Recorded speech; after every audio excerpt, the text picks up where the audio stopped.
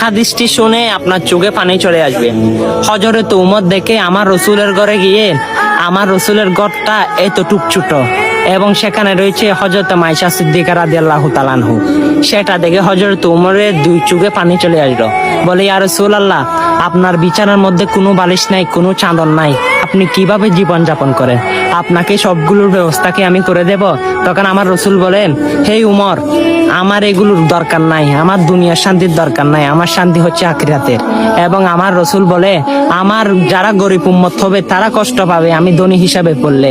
আমি যদি আল্লাহর কাছে ফরিয়াদ করি, উহুদের পাহাড় স্বর্ণের পাহাড় হয়ে যাবে, আমার ঘরে চলে আসবে। কিন্তু আমি সেটা চাই না, আমি চাই আমার গরিব উম্মতদেরকে খুশি রাখার জন্য। দেখেন আপনার জন্য আমার নবী কতভাবে বেবে গিয়েছে, আপনি সেই নবীর জন্য কি করতেছেন? সেই নবীর লেবাস কোথায়, সুন্নত কোথায়? সেই নবী যে 5 ওয়াক্ত নামাজ দিয়েছে, সেই নামাজ কোথায়? হ্যাঁ, এগুলো পড়ার চেষ্টা করবেন, সুন্দর হাদিসটা সকল মুসলমানের কাছে শেয়ার করবেন। আমিন।